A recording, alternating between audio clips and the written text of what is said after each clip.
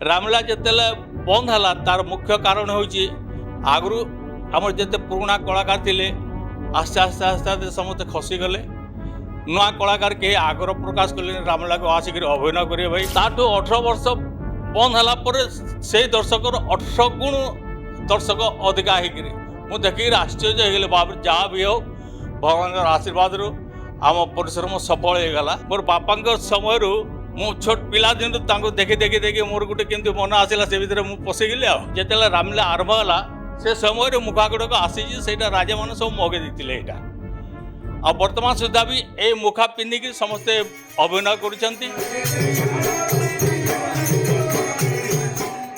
आए माल्यवंत शिखे रघुमणि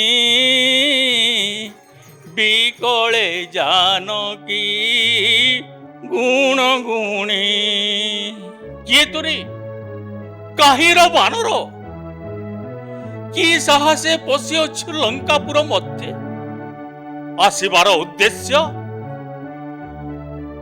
हनुमंत कौची लंकापति रामदूत मुझे नाम हनुमंत आसी श्रीराम मुखबार्ता घेनी जदि तोर अच्छी भल गति फेराई दे माँ जानकी को श्रीराम पासे निश्चिंत रही था एलंका भुवने रावण कहे रावण नाम धरी डाकती श्रीराम आस आस रावण रे करिबा संग्राम तोहर संग्रामे इंद्र नोहे सरी सोम आज बुझीबा तोहर वीर सुर पण रेल दशानन तोर संग्राम इंद्र मध्य समकक्ष हेबे नाही परा जदि तोर देह अच्छे बल आसिकर युद्ध मोहर संगरे तेबे जना जीव तोर वीरपण जो समय इंद्रजित नागपाश बंधन रे राम लक्ष्मण पड़ी से नागमाता आसी तांको उपरे अमृत बिंची तांकु से बंधन मुक्त करते मुखा जदि पिंधिकी जे बाहर लोके कहे ये कुंभकर्ण आसला बोली वर्षक थरे उठे वर्षक थरे खाइब किंतु असमय तार निद्रा जोटा भांगी से कहूँ मोर खाद्य कहीं बलांगीर प्राय 6-7 पार्टी थी रामलीला सब बंद होता किंतु आमे आरंभ कला परे एबे गत वर्ष आउ 2टा पार्टी आरंभ कर रामलीला आहा कुटीर रे रोदन करंती सीता केड़े दारुण तू हो मंद विधाता जे मंद विधाता कल्चरल दुनिया तो बहुत जिन चली एबे नाट्य मंडप कथा यदि कहबा और रामलीला कथा कहबा स्पेशली रामलीला रे आपनकर बहुत किछि ज्ञान अछि रामलीला एबे लोप पाइबा को बसिलानी आपन संस्था मध्ये दीर्घ 18 वर्ष धरि मध्ये किछि दिन बंद हेतला से संपर्क टे कोनतो आपन परिचय सहकार कोनते रामलीला रा स्थिति कोन है आ तार जो बेसिकली तापर मुखा आड़ को जिबा कोन मो नाम है बालंगन बेहरा मो गुरु रामजी नाट्य संसद रामलीला जगन्नाथपड़ा एटा हूँ मोर परिचय आम रामलीला तो यहाँ बहुत पुराना अनुष्ठान राजा राजा अमर यहाँ आरंभ होता वर्तमान पर्यंत चली मझे किसी असुविधा बसत दीर्घ 18 वर्ष काल बंद होगला से 18 वर्ष बंद होगला पर भी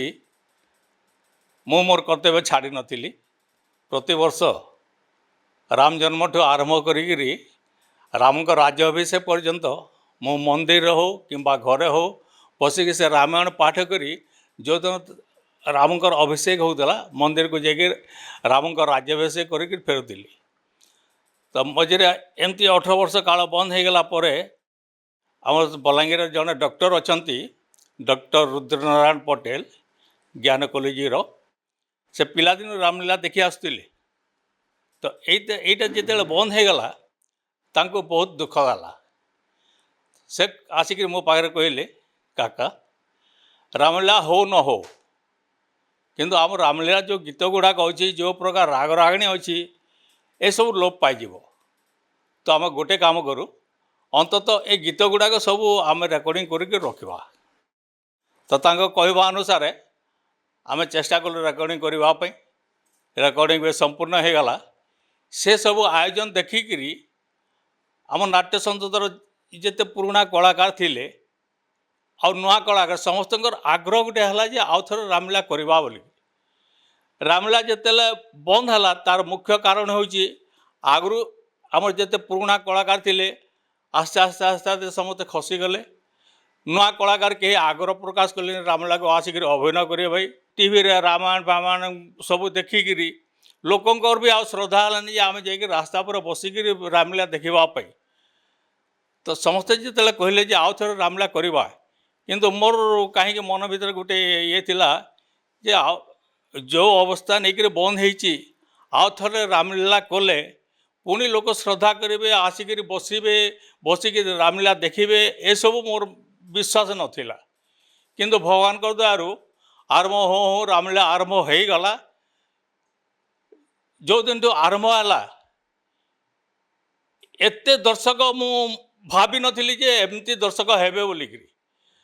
ରାମଲୀଳା ଆରମ୍ଭରୁ ଯେ ବନ୍ଦ ହେଲା ପରେ ଯେଉଁ ଅବସ୍ଥା ଥିଲା ରାମଲୀଳାର, ତାଠୁ 18 ବର୍ଷ ବନ୍ଦ ହେଲା ପରେ ସେଇ ଦର୍ଶକର 18 ଗୁଣ ଦର୍ଶକ ଅଧିକା ହେଇକିରି ମୁଁ ଦେଖିକିରି ଆଶ୍ଚର୍ଯ୍ୟ ହେଇଗଲି। ବାପରେ, ଯାହା ବି ହେଉ ଭଗବାନଙ୍କର ଆଶୀର୍ବାଦରୁ ଆମ ପରିଶ୍ରମ ସଫଳ ହେଇଗଲା। ଆଉ ବର୍ତ୍ତମାନ ପର୍ଯ୍ୟନ୍ତ ବି ଏଇଟା 2020ରୁ ଆମର ଆରମ୍ଭ କରିବା କଥା, କିନ୍ତୁ ମଝିରେ କୋଭିଡ଼ ପାଇଁ 2020-21 ବନ୍ଦ ହେଇଗଲା। ତାପରେ କୋଭିଡ଼ ସରିଲା ପରେ 2022ରୁ ଆରମ୍ଭ ହେଇଛି ରାମଲୀଳା, ଆଉ ବର୍ତ୍ତମାନ ପର୍ଯ୍ୟନ୍ତ ଚାଲିଛି ସେଇଟା। ରାମଲୀଳା ପାଇଁ ଆପଣଙ୍କର କାହିଁ ଏମିତି ପିଲାଦିନେ ଏମିତି ଇଣ୍ଟରେଷ୍ଟ ହେଲା? ସେଇଟା ଗୋଟେ ଅଲଗା ପରମ୍ପରା, କାହିଁକି ଏମିତି ଇଣ୍ଟରେଷ୍ଟ ହେଲା? ଏଇଟା ପରମ୍ପରା, ଏଇଟା ଗୋଟେ ଆମର ପିଢ଼ି, ଏଇଟା ପିଢ଼ି ଉତାରୁ ପିଢ଼ି ଚାଲି ଆସିଛି। ଆଗରୁ ମୋ ରଜା ଥିଲେ ରାମଲୀଳା। ଯେତେବେଳେ ବଲାଙ୍ଗୀରରେ କୌଣସି ପ୍ରକାର ମାନେ ଲୋକଙ୍କର ଆମୋଦ ପ୍ରମୋଦ ପାଇଁ କୌଣସି ପ୍ରକାର ବ୍ୟବସ୍ଥା ନଥିଲା, ସେତେବେଳେ ରାଜା ରାଜୁଡ଼ା ଶାସନ ଚାଲିଥିଲା। ସେତେବେଳେ ତ ଚାକିରିଆ କମ୍, କିନ୍ତୁ ଖଟିଖିଆ ବେଶୀ ଥିଲେ। ଦିନସାରା ପରିଶ୍ରମ କରିକି ସନ୍ଧ୍ୟାରେ ତାଙ୍କର ମନୋରଞ୍ଜନ ପାଇଁ କିଛି ବ୍ୟବସ୍ଥା ନଥିଲା। ତ ସେଥିପାଇଁ ରାଜାମାନେ ଗୋଟେ ପ୍ରଥା କରିଥିଲେ ଯେ ଅନ୍ତତଃ ପ୍ରଜାମାନେ କିଛି ଆମୋଦ ପ୍ରମୋଦ କରିବେ। ସେଦିନରୁ ସେ ରାମଲୀଳା ଗୀତି ନାଟ୍ୟ ଭିଡ଼ ସବୁ ଜାଗାରେ ଆରମ୍ଭ ହେଇକିରି ମୋର ଅଜା ଥିଲେ ଆରମ୍ଭରୁ। ଅଜାଙ୍କ ଦେହାନ୍ତ ପରେ ମୋର ବାପାଙ୍କ ସମୟରୁ ମୁଁ ଛୋଟ ପିଲା ଦିନରୁ ତାଙ୍କୁ ଦେଖି ଦେଖି ଦେଖି ମୋର ଗୋଟେ କେମିତି ମନ ଆସିଲା, ସେ ଭିତରେ ମୁଁ ପଶିଗଲି ଆଉ। କେତେ ବର୍ଷ ହେଲାଣି ରାମଲୀଳା ପିଲାଦିନ କରୁଛନ୍ତି? ଆଜ୍ଞା। ଜାଣିବାକୁ ଚାହିଁବୁ ଯେ ଏ ଯେଉଁ ମୁଖା ଥୁଆଇଛି, ମୁଖା କ'ଣ? ଏ ମୁଖା ହେଉଛି ଆମର ରାମଜୀ ନାଟ୍ୟ ସଂସଦର ପରିଚୟ। ଏ ମୁଖା ପିନ୍ଧିକିରି ଅଭିନୟ କରିକି ନାଚିକିରି ଏଇ ସେମାନେ ଅଭିନୟ କରୁଛନ୍ତି। ଏଇଟା ମୁଖା ପିନ୍ଧିକିରି ଏଇଟା ଯେତେବେଳେ ରାଜା ରାଜୁଡ଼ା ଆମର ଯେତେବେଳେ ରାମଲୀଳା ଆରମ୍ଭ ହେଲା ସେ ସମୟରେ ମୁଖା ଗୁଡ଼ାକ ଆସିଛି, ସେଇଟା ରାଜାମାନେ ସବୁ ମଗେଇ ଦେଇଥିଲେ ଏଇଟା। ଆଉ ବର୍ତ୍ତମାନ ସୁଦ୍ଧା ବି ଏଇ ମୁଖା ପିନ୍ଧିକି ସମସ୍ତେ ଅଭିନୟ କରୁଛନ୍ତି। ଆଉ ସେଇଟା ହେଉଛି ଆମର ରାମଜୀ ନାଟ୍ୟ ସଂସଦ, ସେଇଟା ପରିଚୟ। ତାକୁ ଦେଖିବା ପାଇଁ ଲୋକେ ବେଶୀ ଆଗ୍ରହୀ। ମୁଖା ପିନ୍ଧିକି ଯେଉଁ ନାଚିକି ଯେଉଁ ଅଭିନୟ କରିବେ ତାକୁ ଦେଖିବା ପାଇଁ ଲୋକେ ବେଶୀ ଆଗ୍ରହୀ। ଆଉ ଆମ ରାମଲୀଳାର ଯେଉଁ ପ୍ରକାର ଏବେ ପ୍ରାୟ ସବୁ ଗୀତ ଗୁଡ଼ାକ ଆରମ୍ଭରୁ ସେଇ ଯାକେ ଗୀତ ଗୁଡ଼ାକ ଯେଉଁ ରାଗ ରାଗିଣୀ ଦେଇକି ଆଗରୁ ସେଇଟା ବନ୍ଧା ହେଇଛି, ମାନେ ସେ ରାଗ ରାଗିଣୀ ସେ ପରିସ୍ଥିତିକୁ ନେଇକି ସେ ରାଗ ରାଗିଣୀ ସବୁ ବନ୍ଧା ହେଇଛି ସେଥିରେ, ଯେଉଁଟାକି ଶୁଣିଲେ ମାନେ ମନକୁ ନିଶ୍ଚୟ ଛୁଇଁବ କିଛି। ଏମିତି ଭାବରେ ବର୍ତ୍ତମାନ ପର୍ଯ୍ୟନ୍ତ ଚାଲିଛି ରାମଲୀଳା। ଗୀତ କିଛି ମନେ ପକେଇ ବୋଲନ୍ତୁ, ଦେଖିବାକୁ ଚାହିଁବୁ ଦର୍ଶକ, କ'ଣ ମନେ ଅଛି? ଆଜ୍ଞା, ଏଇଟା ଗୋଟେ ଦୃଶ୍ୟ କଥା ମୁଁ କହୁଛି। ଯେତେବେଳେ ବାଳିକୁ ବଧ କରିକିରି ସୁଗ୍ରୀବକୁ କିଷ୍କିନ୍ଧାରେ ରାଜା କରିଛନ୍ତି, ସୁଗ୍ରୀବ କହିଛନ୍ତି ମୁଁ ଆପଣଙ୍କୁ ନିଶ୍ଚୟ ସାହାଯ୍ୟ କରିବି ମା ଜାନକୀଙ୍କୁ ଆଣିବା ପାଇଁ।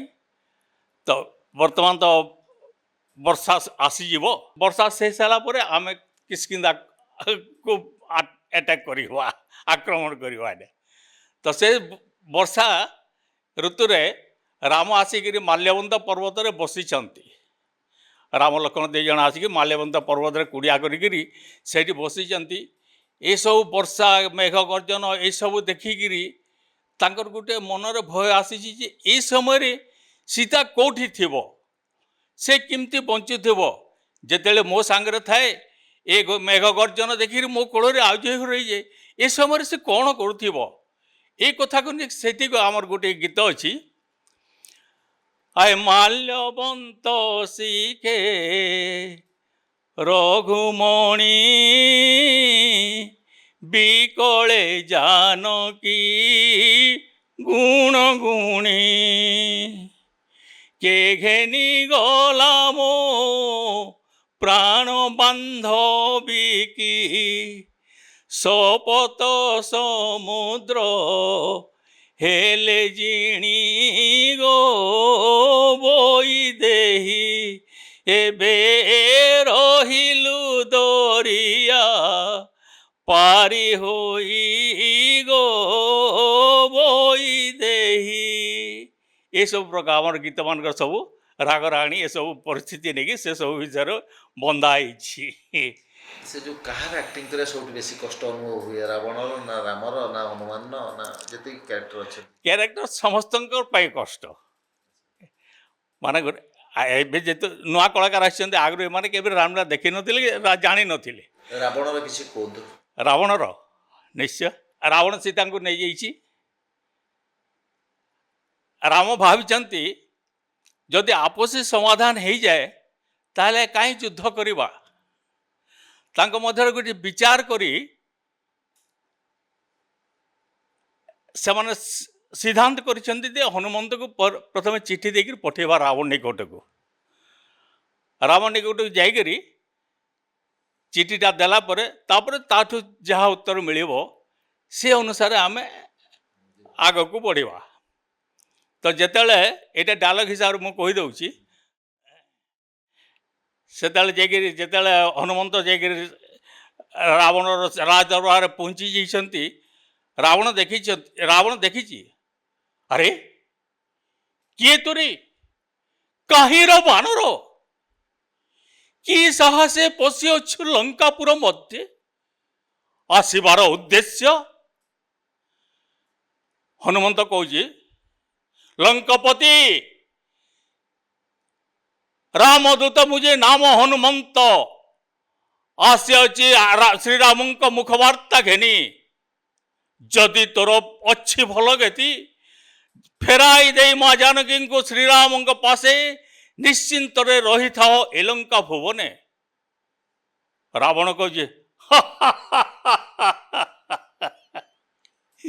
ଆରେ ମୂର୍ଖ ବାନର, ଜଣା ନାହିଁ ତୋତେ ତ୍ରିପୁର ବିଜୟୀ ମୁଇ ସ୍ୱୟଂ ଦଶାନନ। ଦେବଗଣେ ଖଟିଛନ୍ତି ପାଦ ତଳେ ମୋର। ଭୁଲିଗଲ କିରେ ସୂର୍ଯ୍ୟବଂଶୀ ପଣ, ଯୁଦ୍ଧ ନ ପାରଣ କିରେ ଚାହୁଁଅଛ ପ୍ରୀତି। ଯଜାମ ଛାମୁର ଆରେ ପାପିଷ୍ଠ ବାନର, ଏହି ଭାଷା କହ ଯାଇ ତୋ ପ୍ରଭୁ ଆଗର। ବିନା ଯୁଦ୍ଧେ ଲଙ୍କପତି ଦେବ ନାହିଁ ସୀତା।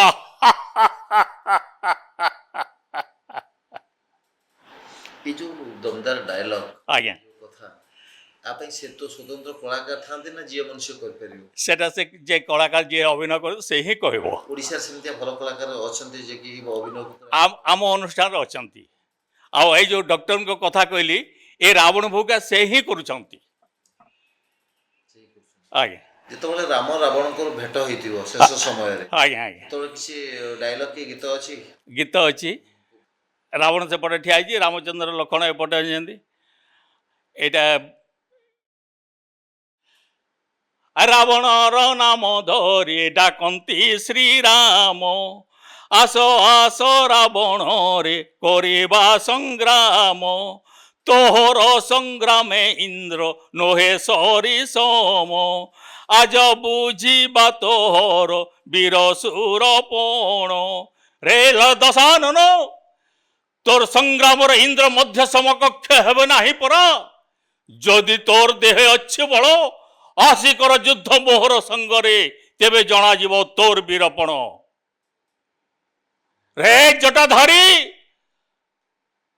ଏଡ଼ିକ ସାହସ ତୋର, ଜଣା ନାହିଁ ପ୍ରତିଜ୍ଞା ମୋହର।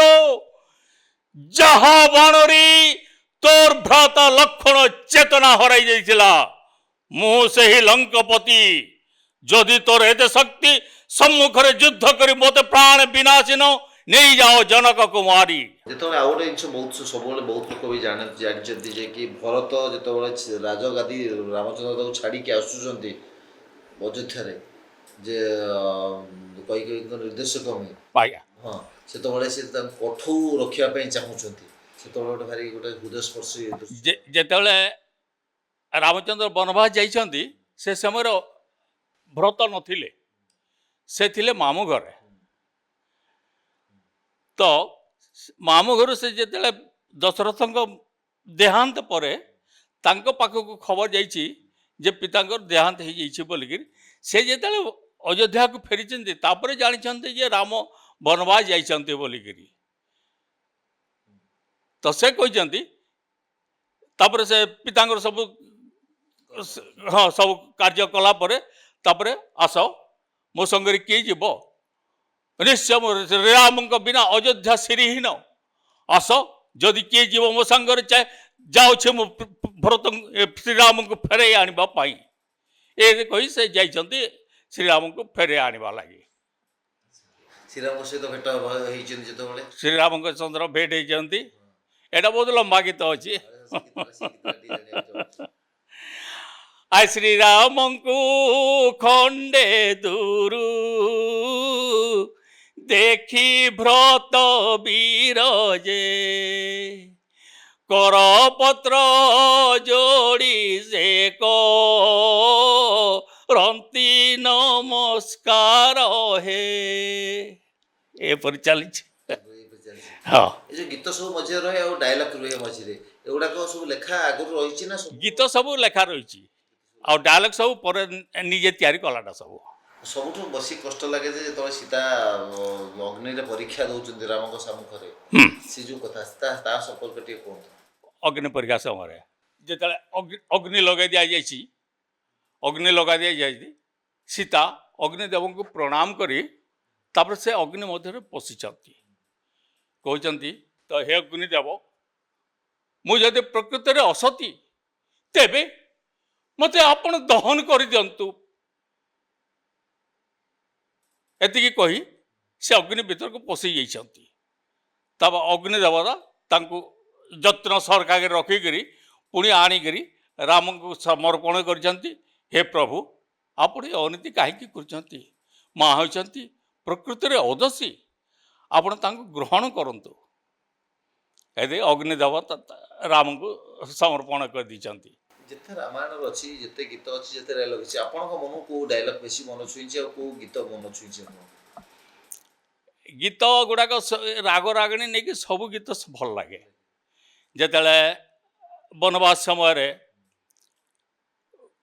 କୈକେୟୀଙ୍କର ପରାମର୍ଶ କ୍ରମେ ରାମ ଯେତେବେଳେ ବନବାସ ଯିବା ପାଇଁ ଦଶରଥ ରାଜାଙ୍କୁ ଶପଥ କରି ଦେଇଛନ୍ତି ଯେ କାଲି ସକାଳୁ ରାମଚନ୍ଦ୍ର ବନବାସ ଯିବ। ଏହି ସମୟରେ ଦଶରଥ ରାଜା ବିହୋଳ ହୋଇ କ୍ରନ୍ଦନ କରୁଛନ୍ତି। ସକାଳୁ ଅଯୋଧ୍ୟାରେ ରାଜା ହେବା କଥା, ସକାଳୁ ରାମଚନ୍ଦ୍ର ଉଠି ଯାଇଛନ୍ତି ପିତାଙ୍କୁ ଦର୍ଶନ କରିବା ପାଇଁ। ଦେଖୁଛନ୍ତି ପିତା ଅସହାୟ ଭୂମିରେ ଗଡ଼ି ଗଡ଼ି କାନ୍ଦୁଛନ୍ତି। ସେ ସମୟରେ ରାମଚନ୍ଦ୍ର ପଚାରୁଛନ୍ତି, କୈକେୟୀ ପାଖରେ ଛିଡ଼ା ହେଇଛନ୍ତି, ଦଶରଥ ରାଜା ମହିରେ ଗଡ଼ୁଛନ୍ତି। ରାମଚନ୍ଦ୍ର ପଚାରୁଛନ୍ତି, ମା ହେଲା କ'ଣ? କି କାରଣ ପିତା କ୍ରନ୍ଦନ କରୁଛନ୍ତି କୁହନ୍ତୁ ମା।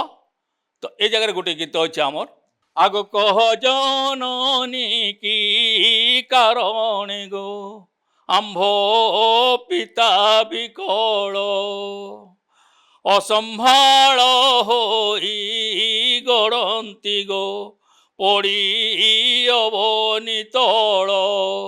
କୁହ ମାତା, ଆଜି ସକାଳୁ ତୁମର ରାଜ୍ୟାଭିଷେକ ଅଛି, ହେଲା କ'ଣ? କେଉଁ କାରଣ ପିତା ଏପରି କ୍ରନ୍ଦନ କରୁଛନ୍ତି? ଏ ସମୟରେ କୈକେୟୀ କହୁଛନ୍ତି, ଆଏ ଶୁଣିଣ କୈକେୟୀ ବୋଲନ୍ତି ଯେ ରାମ ଶୁଣ ମୋ ବାଣୀ, ଯହିଁ ପାଇଁ ପିତା ମୂର୍ଚ୍ଛିତ ଯେ ହୋଇ ଲୋଟେ ଧରଣୀ, ସେ ତ ନ କହିବେ ସେ କଥା ଯେ ତାହା କହିବି ମୁହିଁ, ସନମତ କରି ସତ୍ୟ କୁହେ କର କୋଦଣ୍ଡ ପାଣି। ପୁତ୍ର ଯେତେ ପାଇଁ ତୋ ପିତା କ୍ରନ୍ଦନ କରିଛନ୍ତି ସେ କାରଣ ସେ କହିବେ ନାହିଁ ସେଇ କଥା ମୁଁ କହିବି, କିନ୍ତୁ ତା ପୂର୍ବରୁ ତୋତେ ସତ୍ୟ କରିବାକୁ ହେବ। ତୁ ଯଦି ସତ୍ୟ କରିବୁ ତେବେ ତାର କାରଣ ମୁଁ କହିବି। ଏପରି ରାମାୟଣ ସବୁଠୁ ଇଣ୍ଟରେଷ୍ଟିଂ ପାର୍ଟ ତ ସବୁ ଯାକ ପାର୍ଟ କହିବାକୁ ସବୁ ଆରମ୍ଭରୁ ସେ ଜାଗେ ସବୁ ଯାକ ଇଣ୍ଟରେଷ୍ଟିଂ, କୋଉଟା କହିବାର ନାହିଁ କିଛି। ଏ ଯୋଉ ରହିଛି ମୁଖା, ଏ କଣ କଣ ମୁଖା, ସିଏ ହଉଛି କାହା ମୁଖା? ଏଇଟା ହେଉଛି ନାଗମାତା। ଯେଉଁ ସମୟରେ ଇନ୍ଦ୍ରଜିତର ନାଗପାଶ ବନ୍ଧନରେ ରାମ ଲକ୍ଷ୍ମଣ ପଡ଼ିଥିଲେ, ସେଇତେବେଳେ ନାଗମାତା ଆସି ତାଙ୍କ ଉପରେ ଅମୃତ ବିଞ୍ଚି ତାଙ୍କୁ ସେ ବନ୍ଧନରୁ ମୁକ୍ତ କରିଥିଲେ। ଏଇ ମୁଖାଟି ପିନ୍ଧିକି ଯେ ଆସେ ଏ ମୁଖା ପିନ୍ଧିକି ସେ ଅଭିନୟ କରେ। ଏଇଟା ହେଉଛି କୁମ୍ଭକର୍ଣ୍ଣ, ରାବଣ ଭ୍ରାତା।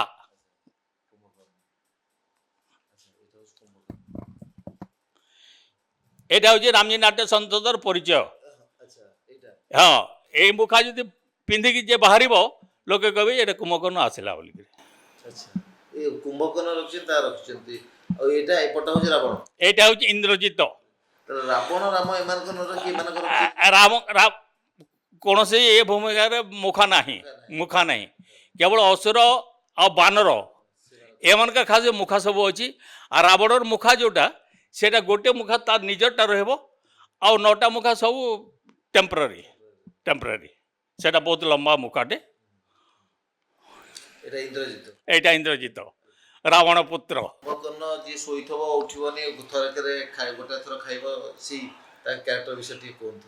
ଯାଇକି ଯେତେବେଳେ ଶୋଇଛି ସମସ୍ତେ ଯାଇକି ତାଙ୍କର ସେ ଗୀତ ଅନୁସାରେ ଲୌହଦଣ୍ଡ ପିଟି, ତାପରେ ହାତୀ ମୋଡ଼ାଇ, ଘଣ୍ଟ ଶଙ୍ଖ ବଜାଇ ତାର ସବୁ ଯେତେବେଳେ ନିଦ୍ରା ତାର ଭଗ୍ନ କରିବା ପାଇଁ ଯାଇଛନ୍ତି, ସେତେବେଳେ କୁମ୍ଭକର୍ଣ୍ଣ ନିଦ ଭାଙ୍ଗି ଯାଇଛି।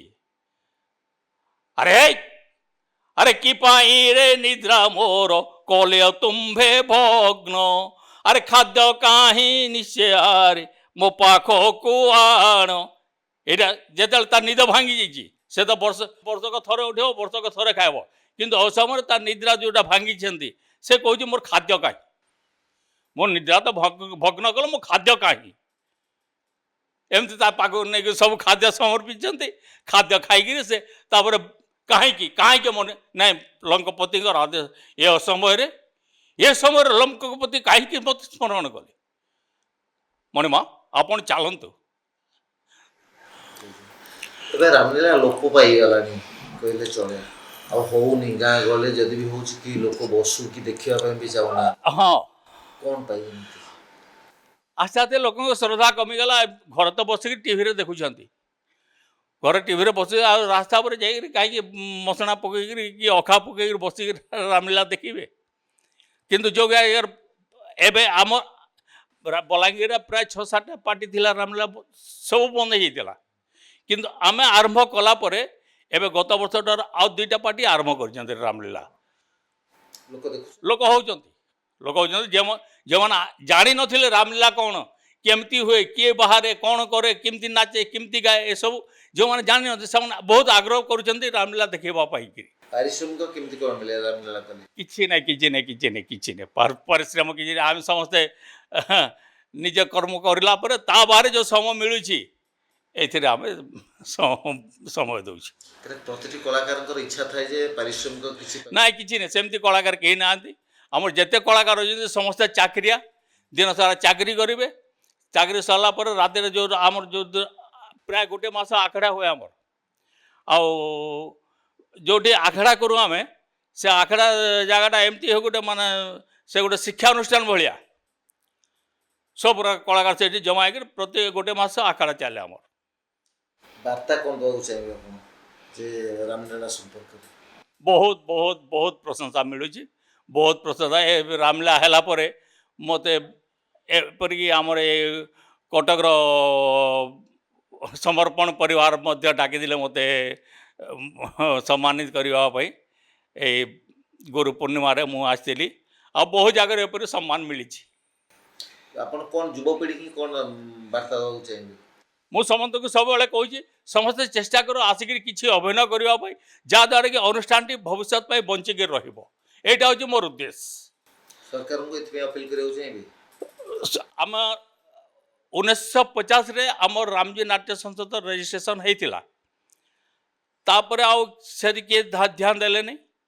ଏସବୁ ଏମିତି ହେଇକି ସେ ରେଜିଷ୍ଟ୍ରେସନର ସେଇଟା ଆଉ ତାର କିଛି ପାଇଲୁନି। ଆମେ ଯେଉଁ ବର୍ଷ ଆରମ୍ଭ କଲୁ ଆମେ ସେତେବେଳେ ଆମର ବିରୋଧୀ ଦଳ ନେତା ଥିଲେ ନରସିଂହ ମିଶ୍ର, ସେ ବଲାଙ୍ଗୀରର। ସେ ଡାକିକିରି ଆମକୁ କହିଥିଲେ ଯେ ମୁଁ କାହାକୁ ମୋ ହାତରୁ ପଇସା ଦିଏନି, କିନ୍ତୁ ପଇସା କେଉଁଠୁ ଆସିବ ମୁଁ ସେଇ ରାସ୍ତାଟା ବାହାର କରିଦେବି। ଆଉ ତାଙ୍କର ଚେଷ୍ଟାରେ ଆଉ ଥରେ ରେଜିଷ୍ଟ୍ରେସନ କରାହେଇଥିଲା। ଆଉ ପ୍ରତିବର୍ଷ ରାମଲୀଳା ବେଳକୁ ଆମକୁ ଅନୁଦାନ ମିଳୁଛି। ହଁ, ଏବେ କେତେଟା ଜାଗାରେ ଓଡ଼ିଶାରେ ହେଉଛି ପ୍ରତିବର୍ଷ? ଏଇ ତ ଆମର ଦଶପଲ୍ଲା, ନୟାଗଡ଼, ବୌଦ୍ଧ ଆଉ ପାଖାପାଖି ଯେଉଁ ସୋନପୁର, ବୌଦ୍ଧ ଏସବୁ ଗାଁ ମାନେ ଅଛି ସେମାନେ କରୁଛନ୍ତି। ବଲାଙ୍ଗୀରରେ 6-7ଟା ପାର୍ଟି ଥିଲା, ସବୁ ବନ୍ଦ ହେଇଗଲେଣି। ବର୍ତ୍ତମାନ ଚାଲିଛି ଦୁଇଟା ପାର୍ଟି ଆରମ୍ଭ କରିଛନ୍ତି। ଆଉ ଆମର ଏଇ ଯେଉଁ କଳାହାଣ୍ଡି ଜିଲ୍ଲାର ମଦନପୁର, ରାମପୁର ବୋଲି ଗୋଟେ ଜାଗାରେ ସେଇଠି ଚାଲିଛି। ଏମିତି ଚାଲିଛି। ଆଚ୍ଛା, ଏମିତି ବହୁତ ତ କଳା ଆପଣ ଦେଖାଉଛନ୍ତି। ଆମେ ଗୋଟେ ଜିନିଷ ଜାଣିବା ପାଇଁ ଚାହିଁବୁ ଯେ ଯେତେବେଳେ ପ୍ରଭୁ ରାମଚନ୍ଦ୍ରଙ୍କର କ'ଣ ଏମିତି ବାଣୀ ଥିବ ଯାହାକୁ ଶୁଣିକି ଲୋକ ବହୁତ ତାଳି ମାରନ୍ତି ଏବଂ ଖୁସି ହୁଅନ୍ତି, କିମ୍ବା କି ଗୀତ ଅଛି କିଛି କହିବେ? ରାମଙ୍କର ତ୍ୟାଗ ମନୋଭାବ, ଏଇଟା ହେଉଛି ରାମଚନ୍ଦ୍ରଙ୍କର ଆଦର୍ଶ। ସେଇଥିରେ ଲୋକ ପ୍ରଭାବିତ ହୋଇ ସେସବୁ ଗ୍ରହଣ କରିବା ପାଇଁ ଆକୃଷ୍ଟ ହୁଅନ୍ତି। ତାଙ୍କର ଗୋଟେ ଗୀତ ବୋଲି ଅଛି, ମନେ ଅଛି? ରାମଙ୍କର, ହଁ, ଏଇଟା ପର୍ଣ୍ଣକୁଟୀର ଗୋଟେ କଥା କହୁଛେ। ପର୍ଣ୍ଣକୁଟୀରରେ ରାମ ଲକ୍ଷ୍ମଣ ସୀତା ଯାଇକରି ପଞ୍ଚବଟୀରେ ପହଞ୍ଚିଛନ୍ତି। ପଞ୍ଚବଟୀରେ ପତ୍ରକୁଡ଼ିଆ ତିଆରି କରିକିରି ସେଇଠି ତାଙ୍କର ପତ୍ରକୁଡ଼ିଆ ସାଜସଜ୍ଜା କରିକି ଜାନକୀଙ୍କୁ ସେଇଠି ରଖି ଦେଇଛନ୍ତି। ମା ଜାନକୀ ଏକୁଟିଆ ଅଛନ୍ତି ପତ୍ରକୁଡ଼ିଆରେ। ଏହି ସମୟରେ କ'ଣ ହେଇଛି, ରାମ ଲକ୍ଷ୍ମଣ 2 ଜଣ ଯାଇଛନ୍ତି ମୃଗ ମାରିବାକୁ। ମୃଗ ମାରି ଗଲା ବେଳକୁ ସୀତା ପତ୍ରକୁଡ଼ିଆରେ ଏକୁଟିଆ। ଏସବୁ ବଣରେ ବୁଲିବାଟା, ଏସବୁ ଖାଦ୍ୟପେୟ ସବୁ ନେଇକରି ଯେତେ ହେଲେ ବି ଗୋଟେ ରାଜକୁମାରୀ ମନରେ ନିଶ୍ଚୟ ଟିକେ କଷ୍ଟ ଆସିବ। ସେ ପତିବ୍ରତା, ପତିଙ୍କର ସତ୍ୟ ରକ୍ଷା କରିବା ପାଇଁ ସାଙ୍ଗରେ ଆସିଛନ୍ତି ସତ୍ୟ, କିନ୍ତୁ ମନରେ ଟିକେ ବି ତ କଷ୍ଟ ହେବ ନା। ଏସବୁ ସେ ଅନୁଭବ କରିକି ପତ୍ରକୁଡ଼ିଆରେ ବସିକିରି ସେ କ୍ରନ୍ଦନ କରୁଛନ୍ତି। ସେ କ୍ରନ୍ଦନ କଲା ସମୟରେ ଗୋଟେ ଗୀତ ଅଛି, ଆହା କୁଟୀରରେ ରୋଦନ କରନ୍ତି ସୀତା, କେଡ଼େ ଦାରୁଣ ତୁହ ମନ୍ଦ ବିଧାତା ଯେ, ମନ୍ଦ ବିଧାତା। ଦଣ୍ଡେ ଘଡ଼ିଏ ନୁହେଁ ଏ ପରବାସ, ବନବାସ ଦେଲୁଚ 14 ବରଷ ଯେ, 14 ବର୍ଷ। ଏପରି ଗୀତ ଗାଇକିରି କ୍ରନ୍ଦନ କରୁଛନ୍ତି। ରାମ ମୃଗ ଭାର ଘେନିକିରି ଫେରିଛନ୍ତି, ଦେଖିଛନ୍ତି ସୀତା ବସିକିରି କୁଟୀର ଭିତରେ କ୍ରନ୍ଦନ କରୁଛନ୍ତି। ସାଙ୍ଗେ ସାଙ୍ଗେ ରାମ, ପ୍ରିୟ ହେଲା କ'ଣ? ଆରେ ଏପରି ରୋଦନ କରୁଛ କାହିଁକି? ମୁଁ ଜାଣୁଛି ତ ପତି ଭକ୍ତି ଦେଖି ମୋ ସାଙ୍ଗରେ ଆସିଛ ସତ୍ୟ, କିନ୍ତୁ ନିଶ୍ଚୟ ତୁମକୁ ପୀଡ଼ା ହେଉଥିବ। ଏଇସବୁ ରାମଚନ୍ଦ୍ର ଗୋଟିଏ ଗୀତ ଗାଇଛନ୍ତି। ଆଇ ସୀତାଙ୍କ ରୋଦନ ଶୁଣି ଶ୍ରୀରାମ ବିରସ, ବୋଲନ୍ତି କି ପାରୋଦନ କରୁ ନାରୀ ସଗୋ, ଶୁଣି କରି ଆଗ ଶୁଣି କରି, ହୃଦ ମୋର ହେଉଛି ବିଦାରି ଗୋ, ଶୁଣି କରି। ମନା କରୁଥିଲି ସଖୀ ନଘେନିଲୁ ମନା, ଏବେ କି ସଖୀ ମନେ କରୁଛୁ ଭାବନା ଗୋ, ରାଜସୁତା ଆଗୋ ରାଜସୁତା ଅକାରଣେ ନ କର ତୁ ଚିନ୍ତା ଗୋ ରାଜସୁତା। କେତେଟା ଜିଲ୍ଲାରେ ଏବେ ଚାଲିଛି ରାମଲୀଳା ପ୍ରାୟ? କଟକରେ ଚାଲିଛି, ପୁରୀରେ ଚାଲିଛି, ଦଶପଲ୍ଲା ଚାଲିଛି, ବୌଦ୍ଧ ଚାଲିଛି, ବୌଦ୍ଧ ପାଖେ ଆଉ ଗୋଟେ ଗାଁ ଅଛି କଣ୍ଟାମାଳ ଗୋଟେ ସେଇଠି ଚାଲିଛି, ବଲାଙ୍ଗୀରରେ ଚାଲିଛି, କଳାହାଣ୍ଡି ଡିଷ୍ଟ୍ରିକ୍ଟ ମଦନପୁର ରାମପୁର ସେଇଠି ଚାଲିଛି, ଏମିତି ଚାଲିଛି। ଯେତେ ଦିନ ହେଲା ଆପଣ ଡିରେକ୍ସନ ଦେଲେଣି, ଆପଣ କଳାକାର ହିସାବରେ ଗୁରୁ ହିସାବରେ ବହୁତ ଲୋକଙ୍କୁ ଶିକ୍ଷା ଦେଇଥିବେ, ଆଜ୍ଞା, କଳାକାର ଭୁଲ କଲେ ତାଙ୍କୁ କ'ଣ କେମିତି ବୁଝେଇଦେବେ? କିଛି ନା କିଛି ନାହିଁ, କେମିତି ସେ ଭଲ କରିବ ସେଇଠି ଚେଷ୍ଟା କରିବା କଥା। ତାକୁ ଭୁଲ କଲେ ଶାସ୍ତି ଦେଲେ ଆଉ ସେ ଆଉ କରିବନି, କେମିତି ତାର ଭଲ ହେବ ସେଥିପାଇଁ ଚେଷ୍ଟା କଲେ ସେ ନିଶ୍ଚୟ ଭଲ ହେବ। ଆଉ ଖାଲି ରାମଲୀଳା ନୁହେଁ, ଏ ରାମଲୀଳା ସାଙ୍ଗରେ ଆମର ଗଣକବି ବୈଷ୍ଣବ ପାଣିଙ୍କର ଗୀତନାଟ୍ୟ ମଧ୍ୟ ଚାଲିଛି। ଏଇଟା 2 ବର୍ଷ ହେଲା ଆମେ କରିଥିଲୁ ବୈଷ୍ଣବ ପାଣିଙ୍କର ଲେଖାରୁ ସାବିତ୍ରୀ, ଆଉ ତାପରେ ଆମର ଗୋପାଳ ଛୋଟରାଙ୍କର ଲେଖା ମହିଷାମର୍ଦିନୀ ବି ଆମେ 2 ଥର କରିସାରିଲୁଣି। ଆଉ ସାବିତ୍ରୀ ନାଟକଟା 3 ବର୍ଷ ଏଇଟା ହେଲାଣି। ଏସବୁ ଗୀତନାଟ୍ୟ ମଧ୍ୟ ଚାଲିଛି ଆମର। କେଉଁ ଜାଗାରେ ପ୍ରାକ୍ଟିସ୍ କରାଯାଏ? ପ୍ରାକ୍ଟିସ୍ କରାଯାଏ ଆମର ପାଖରେ ଅଛି ଗୋଟେ ମାଉସୀ ମା ମନ୍ଦିର, ତ ରଥଯାତ୍ରା ଗଲା ପରେ ମାଉସୀ ମା ମନ୍ଦିର ତ ଖାଲି, ତ ସେଇଠି ଆମେ ପ୍ରାକ୍ଟିସ୍ କରୁ ଆଉ ଲୀଳାଟା ପରିବେଷଣ କରୁ ଜଗନ୍ନାଥପଡ଼ା ଜଗନ୍ନାଥ ମନ୍ଦିର ସାମ୍ନାରେ। ବିଦେଶରେ ସବୁ ଜିନିଷ ଚାଲେ ମାନେ ବଲାଙ୍ଗୀର ବାହାରେ ବଲାଙ୍ଗୀରର ଯେତେ ଛୁଆ ଏପରିକି ଲଣ୍ଡନର ମଧ୍ୟ ଅଛନ୍ତି, ଆମେ ତାକୁ ଡାଇରେକ୍ଟ ଟେଲିକାଷ୍ଟ କରୁଛୁ ୟୁଟ୍ୟୁବରେ। ଆପଣ ଦେଖି ଯେତେବେଳେ ଆପଣ ଯାଞ୍ଚ କରିବେ ରାମଲୀଳା ରାମଜୀ ନାଟ୍ୟ ସଂସଦ ପାଇବେ, ତ ଲଣ୍ଡନରେ ଥାଇକରି ବି ସେମାନେ ରାମଲୀଳା ଦେଖିକିରି ବହୁତ ପ୍ରଶଂସା କରୁଛନ୍ତି, ବହୁତ ବାର୍ତ୍ତା ପଠାଉଛନ୍ତି। ଆଉ ଯେଉଁ ପିଲା ଡକ୍ଟର ଅଛି ଲଣ୍ଡନରେ, ତାର ପରିବାର ରହୁଛନ୍ତି ଦିଲ୍ଲୀରେ, ଏ ରାମଲୀଳା ସମୟରେ ତାର କ୍ୱାର୍ଟର ସାମ୍ନାରେ ଗୋଟେ ବଡ଼ ପର୍ଦ୍ଦା ରଖିଦିଏ ସେ। ଆଉ ଯେତେ ଓଡ଼ିଶାର ଲୋକ ଏପରିକି ବଲାଙ୍ଗୀରରୁ ଆରମ୍ଭ କରି ଓଡ଼ିଶାର ବି ଯେତେ ଲୋକ ସମସ୍ତେ ଆସିକି ବସିକି ସେଇଠି ରାମଲୀଳା ଦେଖନ୍ତି। ବିଦେଶ କେବେ ଯାଇଛନ୍ତି? ବିଦେଶ ଯାଇନାହିଁ, ଯାଇନୁ କେବେ। ଏ ବର୍ଷ ଆମର BBC ନ୍ୟୁଜ୍ରେ ଦେଇଥିଲା ଗୋଟେ, ତାପରେ ଟାଇମ୍ସ ଅଫ୍ ଇଣ୍ଡିଆରେ ମଧ୍ୟ ଦେଇଥିଲା। ଏ ଯେ ପ୍ରାଚୀନ ପରମ୍ପରା ବୁଡ଼ିବାକୁ ବସିଛି, ଆକୁ ବଞ୍ଚେଇବାକୁ ହେଲେ କ'ଣ ପଦକ୍ଷେପ ନେବା ଦରକାର? ପରିଶ୍ରମ ଛଡ଼ା ଅନ୍ୟ କିଛି ରାସ୍ତା ନାହିଁ। ଆପଣ କାହାକୁ ଟଙ୍କା ଦେଇକରି ବି କରିପାରିବେନି, କାହାକୁ ବାଧ୍ୟବାଧକତା କରିକରି ପାରିବେ ନାହିଁ। ପରିଶ୍ରମ କରିକି ଚେଷ୍ଟା କରିକିରି କିପରି ଲୋକ ଆଗ୍ରହ ପ୍ରକାଶ କରିବେ ସେଇ ଜିନିଷକୁ ଦେଖିକିରି ଆଗକୁ ବଢ଼େଇଲେ ନିଶ୍ଚୟ ବଞ୍ଚିକି ରହିବ। ଏ ଯେଉଁ ମୂର୍ତ୍ତି ମୁଖା ସବୁ କେଉଁ କାଠରେ ତିଆରି ହୁଏ? ଏଇଟା ତ ବହୁତ ପୁରୁଣା ମୁଖା ଗୁଡ଼ାକ, ପ୍ରାୟ 150 ବର୍ଷର ମୁଖା। ଆଉ ପ୍ରତିବର୍ଷ ଆମେ ତାକୁ ମରାମତି କରିକି ଏ କଣ୍ଡିସନରେ ଆମେ ତାକୁ ରଖିଛୁ। ଦେଖିଲେ ଗୋଟେ ମୁଖା ଆଣିଲେ, এই মুখা କେତେ ବର୍ଷର ଏଇଟା? ଏଇଟା 150 ବର୍ଷର ମୁଖା। ତ ଆମେ ୟାକୁ ପ୍ରତିବର୍ଷ ତାକୁ ମରାମତି କରିକି ରଙ୍ଗ ଫଙ୍ଗ ଦେଇକରି ଆମେ ତାକୁ ସଜେଇକରି ରଖିଛୁ। ଆଉ ଏଇଟା କେଉଁ କାଠରେ ତିଆରି ହେଇଥାଏ ଆମେ ଜାଣିନଥିଲୁ। ଏ ଆମର ଏବେ ବେଗୁନିଆ ପାଖରେ ଗୋଟେ କାରିଗର ତିଆରି କରୁଛନ୍ତି, ସେ କହିଲେ ଯେ ଏଇଟା ହେଉଛି ପାଳଧୁଆ କାଠ। ସେଇ କାଠରେ ସବୁ ତିଆରି ହେଇଛି। ଆଉ ସେ କହିଲେ ମୁଁ ବି ଏବେ ତିଆରି କରୁଛି ମୁଖା ଗୁଡ଼ାକ, ଆଉ ଆମ ଅଞ୍ଚଳରେ ଯେତେ ପାଳଧୁଆ କାଠ ଥିଲା ସବୁ ମୁଁ ସାରିଦେଲାଣି, ଆଉ କାଠ ନାହିଁ। ଦାମ କେତେ ପଡ଼େ ଗୋଟେ ମୁଖା ଦାମ? ଏଇଟା ଆମେ ଜାଣିନୁ, ଆଗରୁ ସବୁ ଆସିଥିଲା, ରାଜାଘର ମଗେଇ ଦେଇଥିଲେ ଏସବୁ। ବର୍ତ୍ତମାନ ଯଦି ତାକୁ ତିଆରି କରାଯାଏ କେତେ ପାଖାପାଖି ପଇସା ପଡ଼ିବ?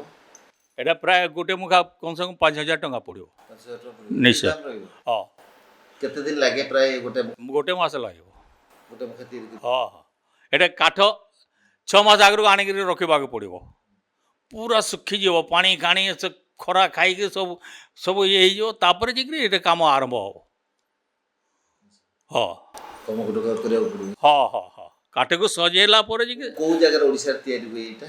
ଏଇଟା ଆଗରୁ ଆମେ ଜାଣିଥିଲୁ ପଦ୍ମାବତୀ, ନାଁଟା ଶୁଣିଥିଲୁ ପଦ୍ମାବତୀରୁ ଏଇଟା ଆସିଥିଲା ବୋଲିକିରି। ମୋର ବାପା କହିଥିଲେ ଏଇଟା ପଦ୍ମାବତୀରୁ ଆସିଥିଲା ବୋଲି, କିନ୍ତୁ ପ୍ରକୃତରେ ପଦ୍ମାବତୀଟା କେଉଁଠି ଅଛି ଆମେ ଜାଣିନୁ। କିନ୍ତୁ ଏବେ ଆମେ ଖବର ପାଇଲୁ ଯେ ଆମ ଏଇ ଯେଉଁ ବେଗୁନିଆ ପାଖରେ ଆମର ଯେଉଁଟା ଖଣ୍ଡପଡ଼ା ପାଖରେ ଗୋଟେ ଗାଁ ଅଛି, ସେଇଟା ପଦ୍ମାବତୀ ବୋଲି କହୁଛନ୍ତି। ନୟାଗଡ଼ ଖଣ୍ଡପଡ଼ା ଆମେ ଶୁଣିଛୁ, ସେଇଟା ଆମେ ଠିକ୍ ହିସାବରେ ଜାଣିନୁ। ଯଦି ଦରକାର ପଡ଼େ ମୁଖା ତିଆରି କରିବା ପାଇଁ କୋଉଠି କରିବାକୁ ଏଇଠି ଏ ବର୍ଷ ଆଉ କେତେଟା ମୁଖା ଏଇଠି ଆମର ଏଇ ବେଗୁନା ପାଖରେ ଯେଉଁ କାରିଗର ତିଆରି କରୁଛନ୍ତି ତାଙ୍କୁ ଅର୍ଡ଼ର ଦେଇଛୁ। ସେ ସବୁ ମୁଖା ଏଇଟା ଦେଖିଲେ ସେ ତାଙ୍କୁ ଆଣିକି ଦେଖେଇଥିଲୁ। ଏଇଟା ଦେଖିକି ତା ଫଟୋ ଫଟୋ ସବୁ ରଖିଛନ୍ତି। ଆଉ ସେ ଆମକୁ ସମୟ ମୋତେ 6 ମାସ ସମୟ ଦେବେ, ତାପରେ ମୁଁ ତିଆରି କରିକି ଦେବି।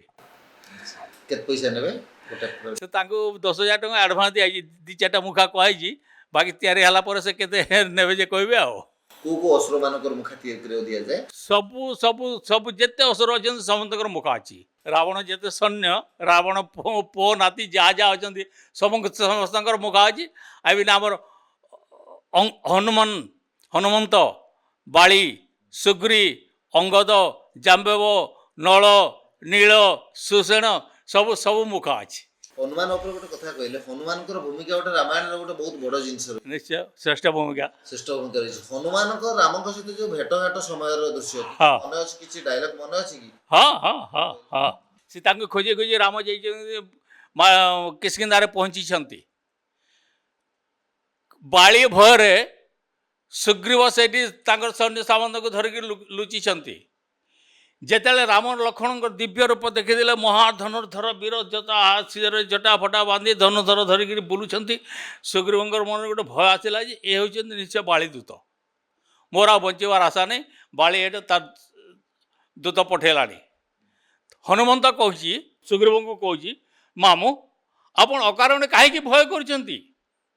ସେମାନେ କିଏ, କାହିଁକି ଆସିଛନ୍ତି? ମୁଁ ଯାଇକି ତାର ପ୍ରକୃତ ତଥ୍ୟ ନେଇକରି ଆସିବି, ଆପଣ ମୋତେ ସୁଯୋଗ ଦିଅନ୍ତୁ। ତ ସେ ପଠେଇଛନ୍ତି ସୁଗ୍ରୀବଙ୍କୁ, ହନୁମନ୍ତକୁ। ହନୁମନ୍ତ ତାଙ୍କ ନିଜ ରୂପରେ ଗଲେ ତ ପ୍ରଭୁ ଜାଣିପାରିବେ। ସେ କ'ଣ ଗୋଟେ ବ୍ରାହ୍ମଣ ରୂପ ଛଦ୍ମ ବେଶ ଧରିକି ଯାଇକରି ରାମଙ୍କ ଠାରେ ସାକ୍ଷାତ କରିଛନ୍ତି। ସାକ୍ଷାତ କରିକି ତାଙ୍କୁ ତାଙ୍କର ପରିଚୟ ମାଗିଛନ୍ତି। ସେ ଯେତେବେଳେ ଜାଣିଛି ନା ପ୍ରକୃତିରେ ଏ ହେଉଛନ୍ତି ମାନେ ବାଳି ଦୂତ ନୁହନ୍ତି, ପ୍ରକୃତିରେ ରାମଚନ୍ଦ୍ର, ତାପରେ ତାର ପୂର୍ବ କଥା ତାର ମନେ ପଡ଼ିଯାଇଛି। ହନୁମନ୍ତକୁ ବ୍ରହ୍ମା ଯେତେବେଳେ ପୂର୍ବରୁ କହିଥିଲେ ଯେ ତୋର ନିମନ୍ତେ ପ୍ରଭୁ ମର୍ତ୍ତ୍ୟରେ ମାନବ ଦେହରେ ଜନ୍ମ ହେବେ, ଆଉ ଏମିତି ଗୋଟେ ସମୟ ଆସିବ ତୁ ତାଙ୍କୁ ଯାଇକି ସାକ୍ଷାତ କରିବୁ ବୋଲି। ସେ ଯେତେବେଳେ ପ୍ରଭୁଙ୍କ ଠିକଣା ପାଇଛି, ତାପରେ ତାର ମନରେ ଏଇଟା ନାଇଁ ଏଇଟା ହେଉଛି ନିଶ୍ଚୟ ପ୍ରଭୁ ରାମଚନ୍ଦ୍ର। ତାପରେ ଯାଇକି ତାଙ୍କୁ କ୍ଷମା ପ୍ରଭୁ, ଯାଅ ଆଜି ମୋର ବହୁତ ଭାଗ୍ୟ ପ୍ରଭୁ, ମୁଁ ଆପଣଙ୍କର ଆଜି ଦର୍ଶନ ପାଇଲି। ତ ସେ ଯେତେବେଳେ ପ୍ରଣାମ କରିଛି, ରାମଚନ୍ଦ୍ର ଦେଖିଛନ୍ତି ଦେବତା ମାନେ ହନୁମାନଙ୍କୁ ଯେଉଁ ସବୁ ଅଳଙ୍କାର ସବୁ ଆଭରଣ ସବୁ ଦେଇଥିଲେ, ସେଇ ସବୁ ହନୁମାନ ଦେହରେ ଅଛି। ସେଇଠୁ ପ୍ରଭୁ ମଧ୍ୟ ଜାଣିଲେ ଯେ ଏଇଟା ହେଉଛି ସେଇ ହନୁମନ୍ତ। ସେଇଠୁ 2 ଜଣଙ୍କର ସାକ୍ଷାତ ହେଇଛି।